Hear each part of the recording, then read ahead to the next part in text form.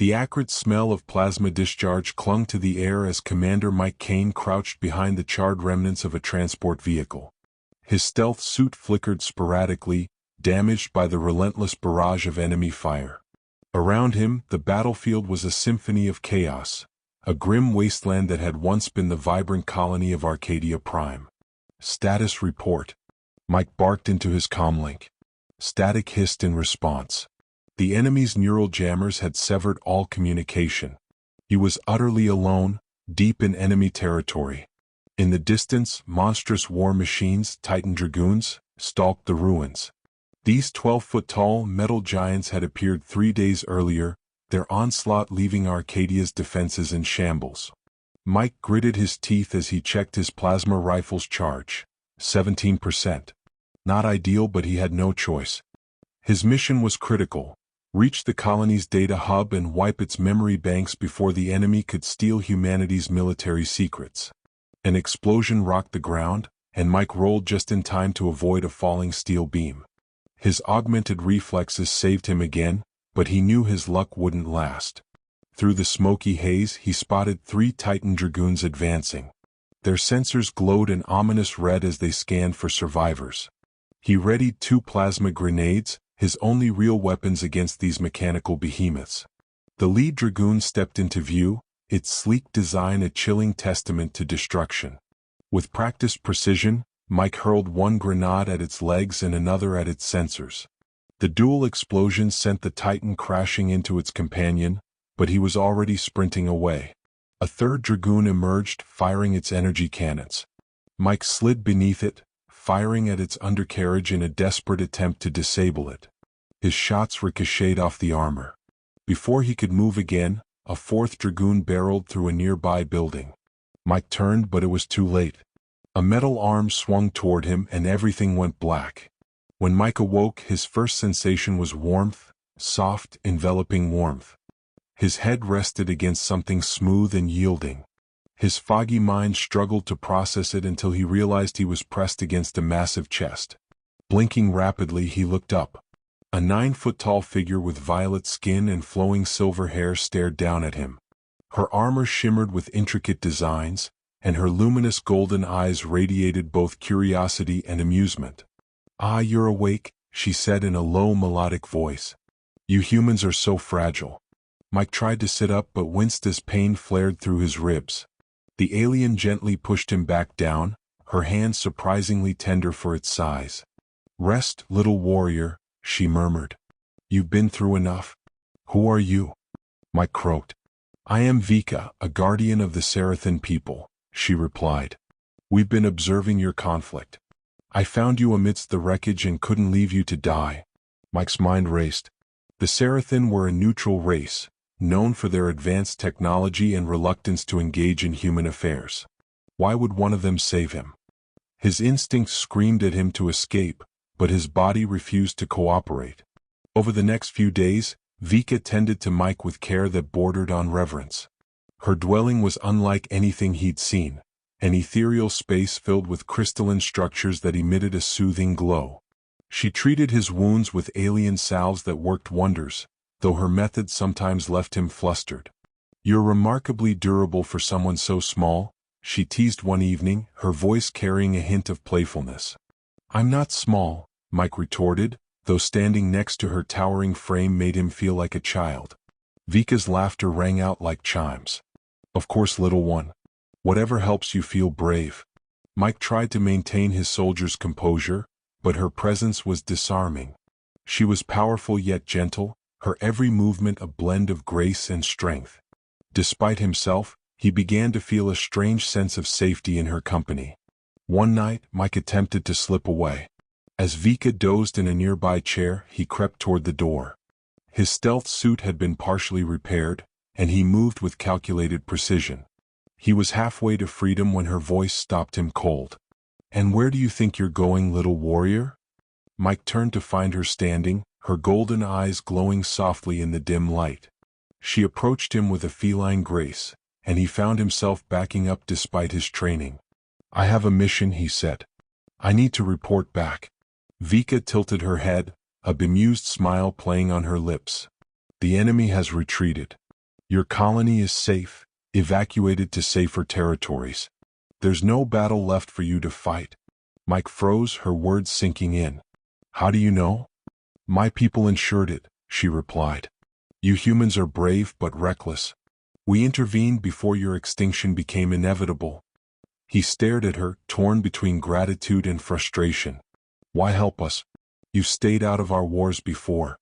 Vika stepped closer, her towering presence both intimidating and oddly comforting. Because you intrigue me, Mike Kane. You face impossible odds with a tenacity that defies logic. It's admirable. Before he could respond, she placed a hand on his cheek. Her touch was warm, sending an unexpected shiver down his spine. You're still healing, she said softly. Let me care for you. Mike knew he should resist, but something in her gaze disarmed him. It wasn't just compassion. There was a depth of emotion he couldn't quite fathom. Against all reason, he found himself nodding. Over the following weeks, Mike remained with Vika. She taught him about her people, and he shared stories of his own. Their bond deepened, built on mutual respect and curiosity. Despite their differences, they found solace in each other's company. One evening, as the twin moons of Arcadia Prime cast their light through the crystalline windows, Vika turned to him. You humans are remarkable, she said. So small yet so fierce. Mike smirked. You've mentioned that a few times. Her smile softened as she leaned closer. It's why I can't help but care for you. And then, before he could overthink it, she kissed him. A gentle, lingering kiss that erased the war, the pain, and the fear. Mike knew his life had irrevocably changed. The battlefield felt like a distant memory, replaced by the warmth of Vika's embrace. Whatever the future held, he was no longer alone. Chapter 2, Bound by Stars. The crystalline glow of Vika's dwelling bathed Mike in an otherworldly light as he sat near the window, gazing out at the twin moons of Arcadia Prime. Their pale orbs hung in the sky, casting a serene glow over the alien landscape.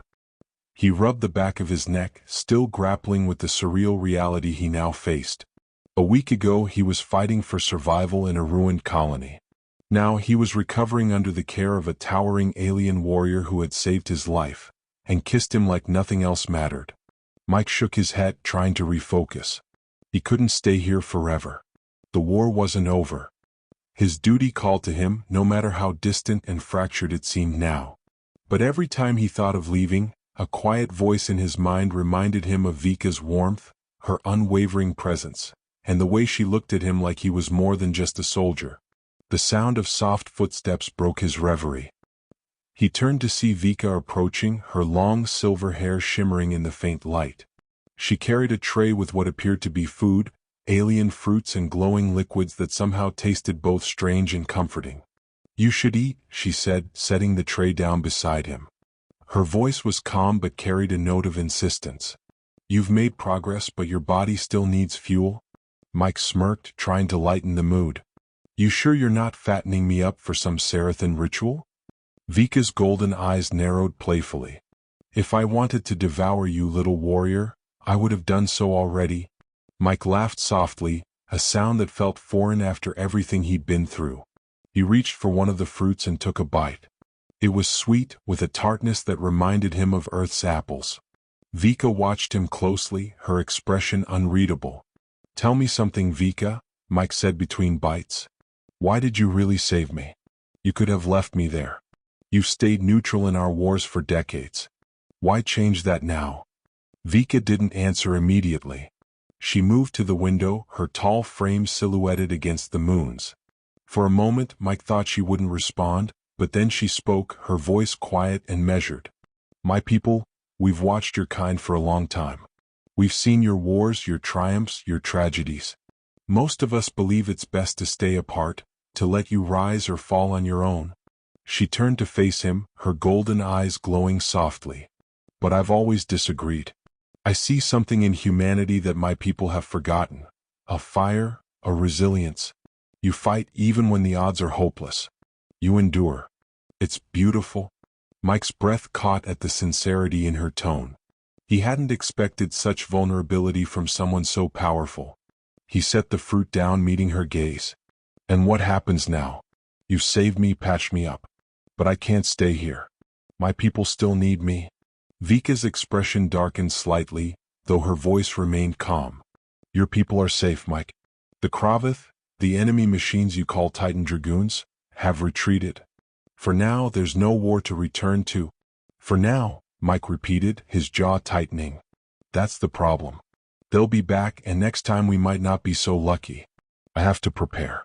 I can't just sit here while my people are vulnerable. Vika approached him, her steps silent despite her size. She knelt down so their faces were level, a rare gesture for someone of her stature.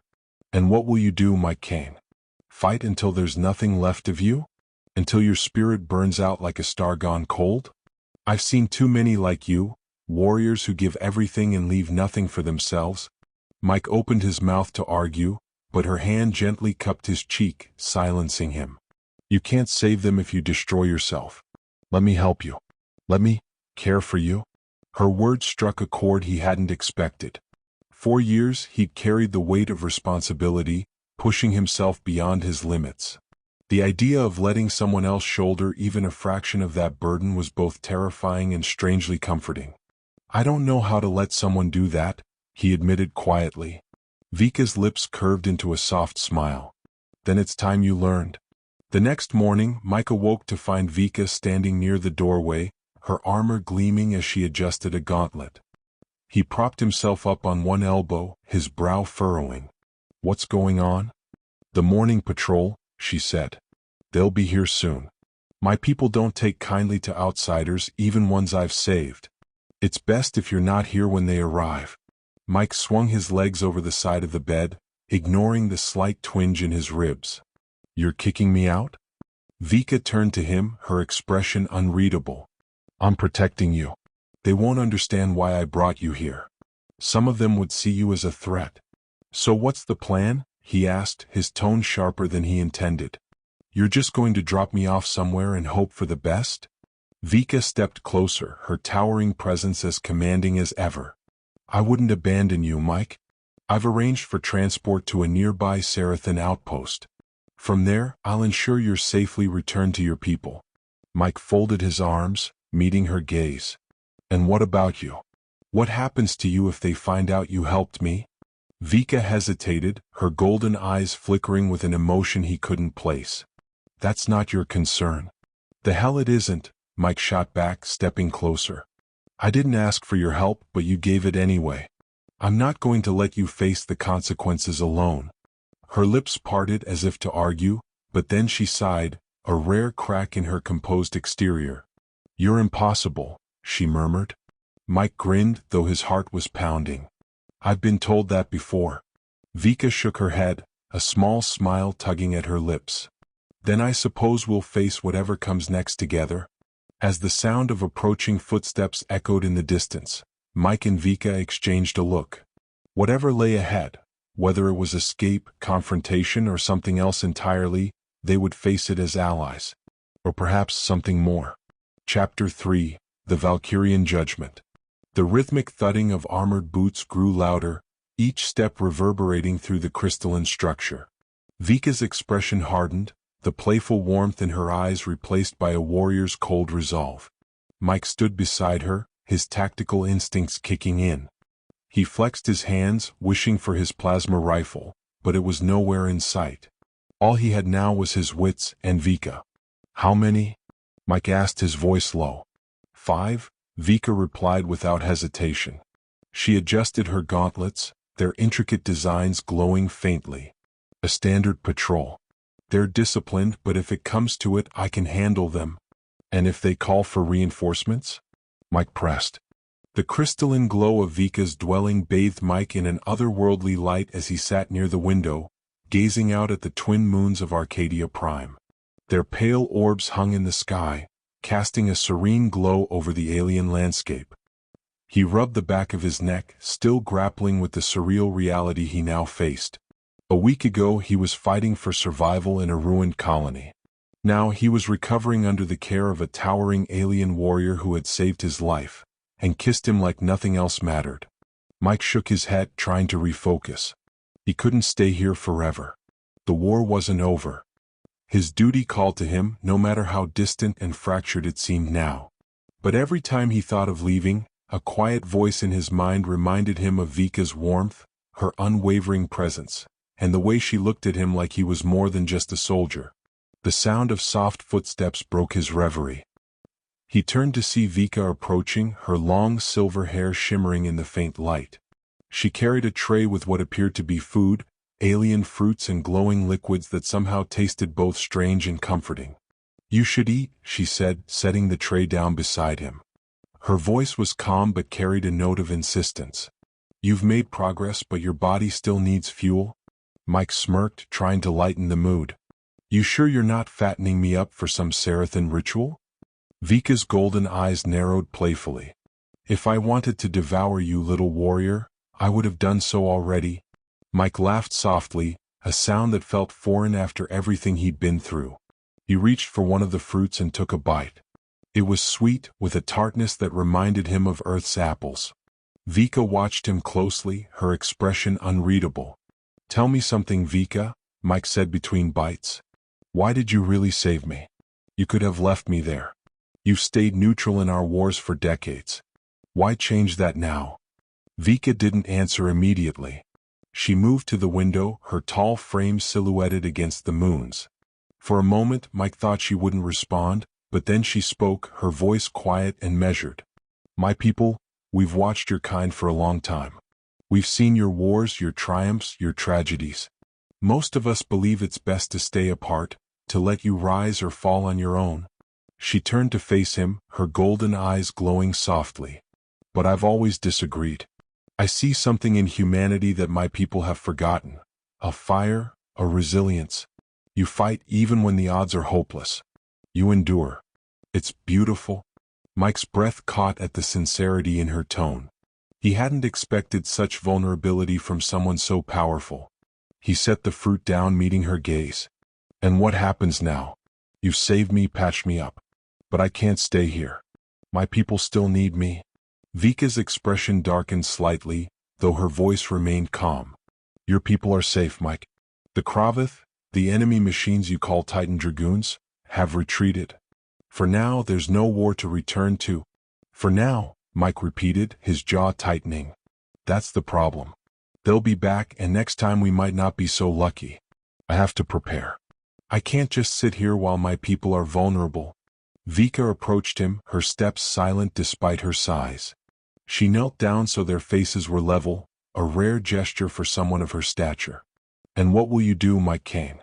Fight until there's nothing left of you? Until your spirit burns out like a star gone cold? I've seen too many like you, warriors who give everything and leave nothing for themselves." Mike opened his mouth to argue, but her hand gently cupped his cheek, silencing him. "You can't save them if you destroy yourself. Let me help you. Let me care for you." Her words struck a chord he hadn't expected. For years, he'd carried the weight of responsibility, pushing himself beyond his limits. The idea of letting someone else shoulder even a fraction of that burden was both terrifying and strangely comforting. "I don't know how to let someone do that," he admitted quietly. Vika's lips curved into a soft smile. "Then it's time you learned." The next morning, Mike awoke to find Vika standing near the doorway, her armor gleaming as she adjusted a gauntlet. He propped himself up on one elbow, his brow furrowing. "What's going on?" "The morning patrol," she said. "They'll be here soon. My people don't take kindly to outsiders, even ones I've saved. It's best if you're not here when they arrive." Mike swung his legs over the side of the bed, ignoring the slight twinge in his ribs. "You're kicking me out?" Vika turned to him, her expression unreadable. "I'm protecting you. They won't understand why I brought you here. Some of them would see you as a threat." "So what's the plan?" he asked, his tone sharper than he intended. "You're just going to drop me off somewhere and hope for the best?" Vika stepped closer, her towering presence as commanding as ever. "I wouldn't abandon you, Mike. I've arranged for transport to a nearby Sarathan outpost. From there, I'll ensure you're safely returned to your people." Mike folded his arms, meeting her gaze. "And what about you? What happens to you if they find out you helped me?" Vika hesitated, her golden eyes flickering with an emotion he couldn't place. That's not your concern. The hell it isn't, Mike shot back, stepping closer. I didn't ask for your help, but you gave it anyway. I'm not going to let you face the consequences alone. Her lips parted as if to argue, but then she sighed, a rare crack in her composed exterior. You're impossible, she murmured. Mike grinned, though his heart was pounding. I've been told that before. Vika shook her head, a small smile tugging at her lips. Then I suppose we'll face whatever comes next together. As the sound of approaching footsteps echoed in the distance, Mike and Vika exchanged a look. Whatever lay ahead, whether it was escape, confrontation, or something else entirely, they would face it as allies. Or perhaps something more. Chapter 3, The Valkyrian Judgment. The rhythmic thudding of armored boots grew louder, each step reverberating through the crystalline structure. Vika's expression hardened, the playful warmth in her eyes replaced by a warrior's cold resolve. Mike stood beside her, his tactical instincts kicking in. He flexed his hands, wishing for his plasma rifle, but it was nowhere in sight. All he had now was his wits and Vika. How many? Mike asked, his voice low. 5, Vika replied without hesitation. She adjusted her gauntlets, their intricate designs glowing faintly. A standard patrol. They're disciplined, but if it comes to it, I can handle them. And if they call for reinforcements? Mike pressed. Vika glanced at him, her expression softening for just a moment. Then we'll figure it out. Together? Mike nodded, his pulse quickening. Together. It was a strange word for someone who'd always fought alone. But he didn't have time to dwell on it. The door hissed open and 5 towering Valkyrians entered the room. Their armor gleamed in the soft light, and their imposing figures made Mike feel like a child by comparison. The leader, a broad-shouldered male with deep crimson skin and piercing silver eyes, stepped forward. His gaze immediately locked onto Mike, and his lips curled into a sneer. Vika, he said, his voice resonating with authority. What is this? Vika stepped forward, placing herself between Mike and the patrol. Her tone was calm but firm. This is Mike Kane. He is under my protection. The leader's eyes narrowed. A human? You've broken the accord by bringing him here. Neutrality demands? Neutrality demands we avoid interfering in their wars, Vika interrupted. But this man was dying. I couldn't leave him to his fate. The tension in the room was palpable. The other Valkyrians shifted uncomfortably, their hands hovering near their weapons. Mike clenched his fists, ready to spring into action if things went south. The leader took a step closer, his silver eyes blazing. You've endangered all of us with this recklessness. What if the council finds out? Do you think they'll show mercy? Vika didn't flinch. The council isn't here. I am. And I will answer for my actions if necessary. The leader's gaze flicked to Mike, then back to Vika. This human is a liability. He doesn't belong here. Mike had had enough. He stepped forward, ignoring the fact that he barely reached the Valkyrian's chest. I'm standing right here, you know. And I'm not some helpless kid. If you've got a problem, take it up with me. The leader's eyes widened in disbelief, then narrowed in contempt. Bold words for someone so fragile. Mike smirked, his confidence masking the adrenaline coursing through him. Fragile, huh? Tell that to the 4 Titan Dragoons I took down before Vika found me. The leader's expression faltered, just for a moment. Clearly he hadn't expected such defiance or competence from a human. Vika seized the opportunity, stepping forward to reclaim control of the situation. Mike is no liability, she said firmly. He's proven himself as a warrior. And he's under my protection. If you have an issue with that, you can take it to the council. But until then, you'll stand down. For a moment, the room was silent. Then the leader let out a sharp laugh, though it held no humor. You've always been stubborn, Vika. Fine. Keep your pet human. But if this comes back to haunt us, it's on your head. With that, he turned and motioned for the others to follow. The patrol filed out, though not without a few lingering glares. As the door hissed shut behind them, Vika exhaled, the tension visibly leaving her shoulders. That could have gone worse, she muttered. Mike raised an eyebrow. That went about as well as a bomb defusal with no training. Vika chuckled, a low, melodic sound that eased the lingering tension. "You're not wrong." Mike leaned against the wall, his adrenaline finally subsiding. "So what now? They're not just going to forget this." Vika's expression grew serious. "No, they won't. Word will spread. The council will find out eventually. When they do, they'll demand answers. And consequences." "Consequences?" Mike asked, his stomach sinking. Vika nodded. "Bringing you here was a violation of our laws. The punishment could range from exile to worse." Mike felt a pang of guilt. She'd risked everything for him, her safety, her standing, even her life. "I didn't ask you to save me," he said quietly. "You could have left me there." Vika turned to him, her golden eyes softening. "And I'd make the same choice again. You don't deserve to be abandoned. Not when I had the power to help." Mike swallowed hard, her words hitting him like a punch to the chest. He didn't know what to say, so he said the only thing that came to mind. "Then I'm not going to abandon you either. If the council comes for you, I'll be there. We'll face them together." Vika's lips curved into a faint smile, though her eyes held a hint of sadness. "You're brave, Mike. Foolish but brave." "Yeah, well," he said with a shrug, "foolish bravery is kind of my specialty." Vika laughed softly, shaking her head. "Come on, little warrior. We need to prepare for what's coming." As they began making plans, Mike couldn't shake the feeling that their bond had deepened.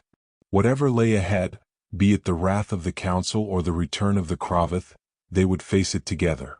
For the first time in years, Mike felt like he wasn't fighting alone. And that, he realized, made all the difference. Chapter 4: The Council's Judgment. The following morning, the crystalline city of Elisra buzzed with activity. News of Vika's human guest had traveled faster than even she anticipated. Mike could feel the weight of the stares from the Valkyrian citizens as they walked toward the central chamber of the council. Elisra was a marvel of otherworldly engineering. Towers of shimmering crystal pierced the sky, connected by elegant bridges that seemed to float. Beneath their feet, streams of glowing energy flowed through channels etched into the streets. The city seemed alive, pulsating with a quiet hum that made Mike feel small in the grand scheme of things. But he wasn't afraid. Not really. His fear had been replaced by something sharper: determination. "Keep your head high," Vika whispered as they approached the enormous doors of the council chamber. They were carved from obsidian and lined with veins of glowing silver that pulsed like a heartbeat. 2 guards stood at attention, their armor sleek and intimidating. Mike looked up at her. "You make it sound like I'm walking into my own execution." Vika hesitated. "Just don't give them a reason to see you as a threat." "Comforting," Mike muttered, but he squared his shoulders and stepped forward as the guards pushed the heavy doors open. The chamber inside was breathtaking. A vast, circular room with a domed ceiling that sparkled like a night sky full of stars. 12 seats formed a semicircle at the far end, each occupied by a member of the Valkyrian Council. Their appearances varied, their skin tones ranging from shimmering silver to deep emerald, but they all radiated authority.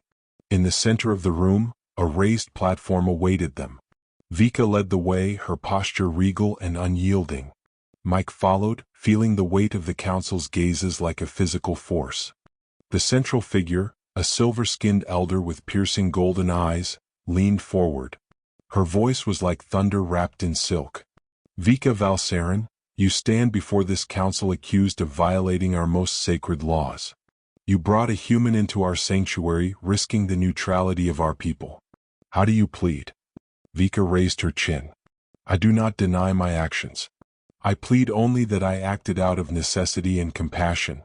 Murmurs rippled through the chamber, but the elder silenced them with a raised hand. Her gaze shifted to Mike, scrutinizing him with an intensity that made his skin crawl. "And you, human? State your name." "Mike Kane," he replied, keeping his voice steady. "You are a soldier of Earth," the elder said. It wasn't a question. "I am," Mike confirmed. "But I didn't come here to cause trouble. I didn't ask to be saved." Vika made that choice on her own. "If you're looking for someone to blame, blame me. I'm the reason she broke your laws." Vika turned to him, her expression a mixture of surprise and exasperation. "Mike?" The elder's voice cut through. Silence. She leaned back, steepling her fingers. You misunderstand the gravity of this situation, human. It is not simply a matter of blame. Your presence here threatens the delicate balance we have maintained for centuries. The wars of your people are not ours to fight. Mike took a step forward, his hands clenched at his sides. I get that. But the war I'm fighting isn't just about humans. The Kravath aren't going to stop with Earth. They're a threat to every species in this galaxy, including yours. You think you can stay neutral forever? You're fooling yourselves?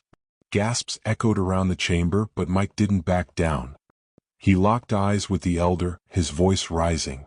Vika saved me because she saw what you refused to see. Sitting here in your perfect city, pretending the galaxy's problems won't touch you, that's not neutrality. That's cowardice.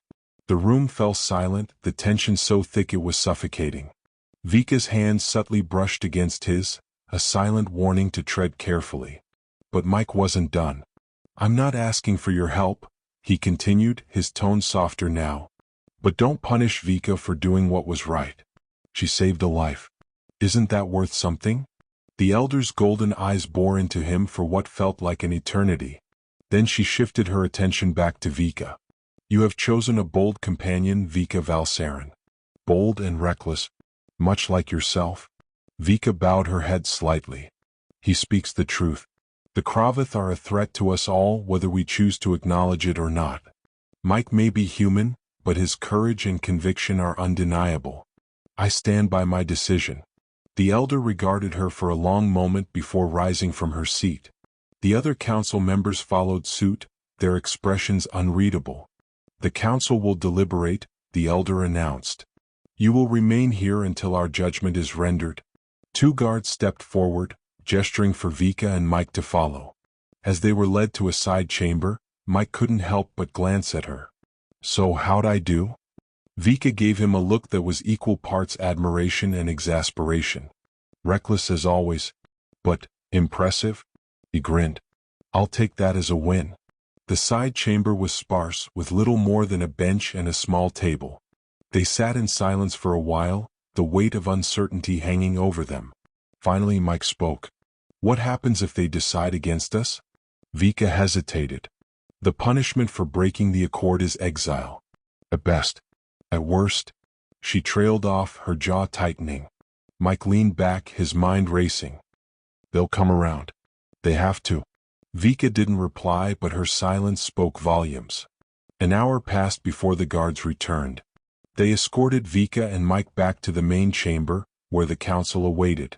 The Elder stood, her expression as inscrutable as ever. Vika Valkyrian, she began, her voice carrying the weight of authority. Your actions have placed this council in a difficult position. While your intentions may have been noble, your disregard for our laws cannot be ignored. Mike's heart sank, but the Elder wasn't finished. However, she continued, your human companion has made a compelling case. His bravery and his warning of the Kravath threat have given us much to consider.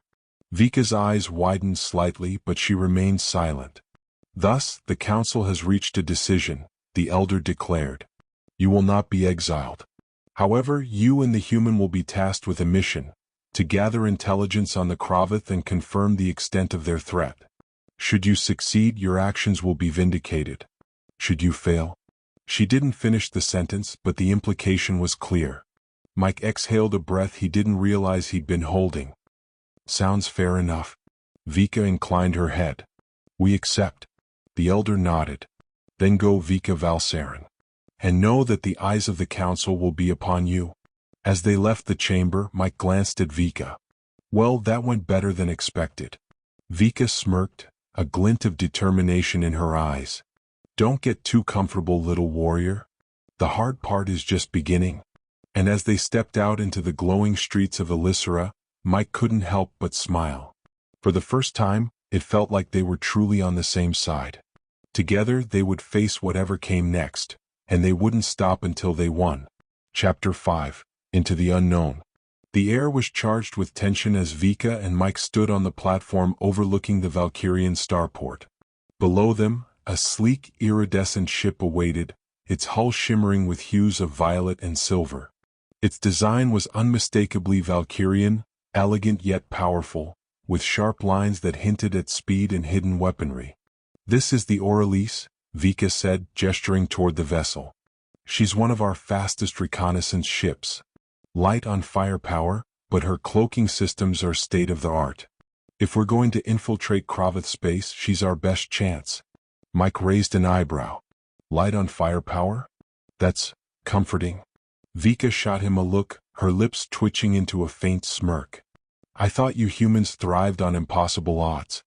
"Touché," Mike replied, his tone dry. The Council's orders had been clear.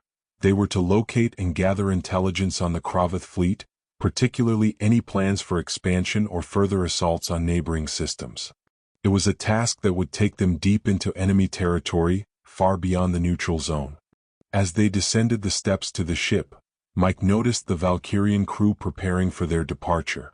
A mix of engineers and technicians worked in synchronized precision, their movements fluid and efficient. Despite their obvious wariness toward him, none openly challenged his presence. It was clear the Council's decision carried weight, even among the rank and file. Inside the ship, the cockpit was a marvel of advanced technology. Holographic displays floated in midair, their symbols glowing with soft luminescence. The controls were sleek and minimalistic, designed for Valkyrian hands but surprisingly intuitive. Vika slid into the pilot's seat, her fingers dancing across the console. The ship hummed to life, the faint vibrations of the engines a reminder of its immense power. Mike settled into the co-pilot's chair, strapping himself in as the ship's systems initialized. "Have you flown one of these before?" Mike asked, glancing at her. Vika gave him a sidelong glance. "I've flown better. But the Aurelice will do." "That's reassuring," he muttered, earning a quiet chuckle from her. Moments later, the ship lifted off the platform with a smoothness that took Mike by surprise. As they ascended, the city of Elysra spread out below them like a jewel, its crystalline towers catching the light of the twin suns. "Destination locked," Vika announced, her voice all business now. "Engaging the quantum drive." Mike gripped the armrests as the stars outside the viewport stretched into streaks of light. A moment later, they were hurtling through a tunnel of shifting colors, the ship's quantum drive propelling them faster than light. The journey to the Kravath border was uneventful at first, the vast emptiness of space stretching out before them. Vika remained focused on the controls, her expression calm but intent. Mike, meanwhile, busied himself familiarizing himself with the ship's systems, though much of the Valkyrian technology was beyond his comprehension. "Any idea what we're walking into?" Mike asked during a rare lull. Vika glanced at him. "The Kravath are a nomadic war species. They don't hold territory for long, they strip planets of resources and move on. If we're lucky, their fleet will still be regrouping after their retreat from Epsilon 9. And if we're not lucky?" Mike pressed. Vika's expression darkened. "Then we'll be flying straight into a hornet's nest." Before Mike could reply, an alarm blared, and the ship's lighting shifted to a warning red. Vika's hands flew over the controls, and the holographic display in front of her lit up with enemy signatures. "Contacts," she said sharply. "3 ships, Kravath design. They're patrolling the neutral zone." Mike leaned forward, his heart pounding. "Have they spotted us?" "Not yet. Cloaking systems are holding," Vika replied, her tone measured. "But if they detect even the smallest energy spike, we're done for." The 3 Kravath vessels appeared on the display, their jagged, blackened hulls giving them a predatory appearance. They moved in a loose formation, scanning the area with long, protruding sensors. Mike watched as Vika adjusted their course, her movements precise and deliberate. The Aurelice slipped silently between the patrol ships, its cloaking field keeping them hidden. "Almost clear," Vika murmured, her eyes never leaving the display. Then, without warning, one of the Kravath ships altered its course, heading straight for them. "They're coming right at us," Mike said, his voice tight. Vika's jaw clenched. "Their sensors might have picked up a faint trace of our energy signature. Hold on." She banked the ship hard, bringing them closer to a nearby asteroid field. The Aurelice slipped into the field, its sleek design allowing it to maneuver through the narrow gaps between tumbling rocks. The Kravath ship followed, its weapon ports glowing ominously. "They're scanning for us," Vika said. "If they get too close, can we fight back?" Mike asked, gripping the armrest. Vika shook her head. "The Orelise isn't built for combat. Our best chance is to lose them in the field." Mike swallowed hard, his eyes fixed on the viewport as the asteroid field closed in around them. The ship weaved through the debris, Vika's piloting skills nothing short of extraordinary. Behind them, the Kravath vessel fired a warning shot, a bright beam of energy that missed by mere meters. "They're not letting up," Mike said. "Got any tricks up your sleeve?" Vika's lips curved into a tight smile. "Just one." She flipped a switch, and a series of small drones detached from the Orelise, scattering in different directions. Each emitted a faint energy signature, mimicking the ship's systems. The Kravath ship hesitated, its scanners momentarily confused by the multiple targets. "Now's our chance," Vika said, pushing the engines to full throttle. The Orelise shot out of the asteroid field, leaving the Kravath patrol behind. Moments later, the quantum drive engaged and they were hurtling through hyperspace once again. Mike let out a shaky breath. "That was too close." Vika nodded, her expression serious. "The Kravath aren't to be underestimated. This was just a patrol. Their main fleet will be far more dangerous." Mike leaned back in his seat, his mind racing. "Then we'd better be ready." Vika didn't reply, but the determination in her eyes said it all. Together they would face whatever dangers lay ahead, and they would do whatever it took to stop the Kravath threat. Chapter 6: The Kraken's Lair. The hum of the Orelise had become a constant backdrop, its rhythmic pulse a reminder of the tension hanging in the air. Vika and Mike were deep in Kravath-controlled space now, the stars outside their viewport turning to an oppressive black, with only occasional flares of distant light breaking the void. They had passed through countless layers of asteroid fields, drifting in and out of cloaked passages and evading patrolling ships. Yet, the further they ventured, the more evident it became. The Kravath had a presence here like a dark, roiling storm, unavoidable and hungry for conquest. Mike stared at the readouts in front of him, his mind still processing the events of the last few hours. The Kravath fleet was vast, far larger than anyone had expected. There were no immediate signs of their capital ships, but Vika had assured him that they were heading toward the heart of the Kravath Empire. "We're getting close," Vika's voice cut through the silence. "The Kraken's base is near this system's core, a fortified, subterranean facility where they stage most of their operations. We'll need to disable their perimeter defenses before we can get inside." "Sounds easy enough," Mike muttered, glancing over at her. She was all business, her focus unwavering as she piloted the ship deeper into enemy space. Vika didn't smile. "We don't exactly have the luxury of time. The Kraken might already know we're coming." "Then let's not keep them waiting," he replied, gripping the edges of his seat. They were close now, close enough that the edge of the station came into view on the ship's scans. The Kraken's lair wasn't just a base, it was a fortress. Built into the very surface of a moon orbiting a gas giant, the station's silhouette was jagged and alien, its exterior lined with dark metallic spires and glowing orange veins, like a creature breathing in the dark. The perimeter was surrounded by a vast network of energy shields and automated turrets. Approaching the first defensive ring, Vika murmured, adjusting their course. "We'll need to fly under their radar if we want to avoid detection." Mike nodded, his mind racing through potential strategies. The mission was simple enough in theory. Disable the external defenses, infiltrate the facility, gather intel, and then get out before the Kraken realized what had happened. But in practice, the idea of infiltrating a fortress surrounded by thousands of armed Kravath warriors, and potentially far worse, left a pit in his stomach. "Any ideas on how we're going to get past that energy shield?" Mike asked, peering over the console. "I've been analyzing the shield's patterns," Vika replied. "We can slip through a blind spot just north of their central tower, but it's narrow. We'll need to hit the sweet spot at exactly the right time." "Great," Mike said, his stomach twisting. "So, no pressure then?" Vika's lips curved into a small, reassuring smile. "Exactly." The Orelise surged forward, weaving through the outer defenses, as Vika brought the ship into a perfect trajectory toward the shield's weak point. Mike's breath caught as they approached. Everything had to go perfectly. One wrong move and they would be discovered in an instant. At the last moment, Vika pulled the ship into a sharp dive. The shields flared briefly, energy crackling against the ship's hull, before the cloaking system absorbed the impact. The ship slid through, emerging into the heart of the Kraken's base. "Now we move fast," Vika said, her voice low and urgent.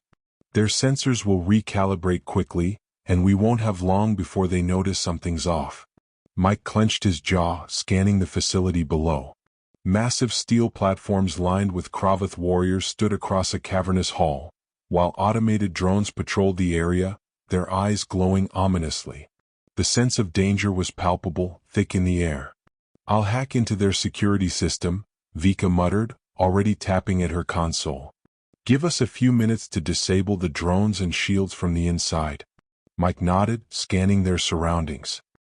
He reached for the weapons locker and began equipping himself with what little gear the Valkyrians had provided. It wasn't much, but it would have to do. As Vika worked to override the base's systems, Mike focused on the task at hand. He knew they couldn't afford to stay in one place too long, but the idea of getting inside this nightmare and finding the intel they needed seemed almost impossible. Suddenly the base shuddered. Mike's heart skipped a beat as the alarms began to blare, red lights flashing across the walls. "They found us," Vika said, her voice tight. "The security's back online. We have no choice now. Move." With that, she pulled the Orelise into a steep climb, hurtling them toward the base's docking bay. Mike was out of his seat in an instant, rifle in hand. As they descended, he could see Kravath soldiers charging from the lower levels, their alien forms swarming toward the bay. They were fast, too fast. Mike leaped from the ship, rolling as his boots hit the metal floor. Vika was right behind him, her Valkyrian blade drawn, her eyes fierce with determination. The battle erupted instantly. Kravath warriors charged, their weapons crackling with energy. Mike fired first, sending a barrage of plasma bolts toward the incoming soldiers. His training kicked in as he moved, every shot calculated, every step deliberate. But the Kravath were relentless. Taller, stronger, and faster than humans, their sheer force was overwhelming. "Cover me," Vika shouted, cutting through two soldiers with a single slash of her blade. Her movements were graceful but brutal, each swing taking down another enemy in a seamless arc. But even she couldn't hold back the tide forever. Mike fought with everything he had, but they were outnumbered. Just when he thought they might be overwhelmed, Vika's voice rang out. "We've reached the data core." With a fierce resolve, she led him toward the heart of the base. The doors hissed open, revealing the central hub, a massive room lined with glowing data terminals and servers, humming with energy. Mike didn't hesitate. He sprinted to the main terminal and began the process of downloading the data, his fingers flying across the controls. "This is it," he muttered. "We're almost there." Just as the data transfer completed, the door slammed shut, and an enormous figure appeared in the doorway. The Kraken commander. A hulking beast of alien design, his black and red armor covered in sharp, jagged spikes. His eyes gleamed with malevolent intelligence as he surveyed the room. "You dare trespass on my domain?" His voice boomed, vibrating the very air. Vika stepped forward, her expression resolute. "We came for your secrets, Kraken. And we'll take them all." Mike grabbed Vika's arm, pulling her back. "Get ready to move, we don't have much time." The Kraken commander's laugh was like a thunderclap. "You think you can escape with my knowledge?" Without warning, he lunged. The air crackled as his massive energy blade swung toward them. Vika moved like lightning, her blade clashing with the Kraken's in a shower of sparks. Mike dove to the side, grabbing a nearby weapon and firing as the battle ensued. It was chaos. The Kraken's strength was unmatched, but Vika fought with a ferocity that rivaled any warrior Mike had seen. Finally, with a well-placed strike, Vika cleaved through the Kraken commander's guard, landing a blow that sent him sprawling. His massive form hit the ground with a thunderous crash. "Now," she yelled, rushing toward the exit. Mike didn't need to be told twice. He grabbed the data, and together they fled, the explosion from the self-destruct sequence ringing in their ears as they raced to the Orelise. The Kraken's base was collapsing around them. As they boarded the ship and made their escape, the silence of space felt more profound than ever. "We have what we came for," Vika said, her voice low and tense.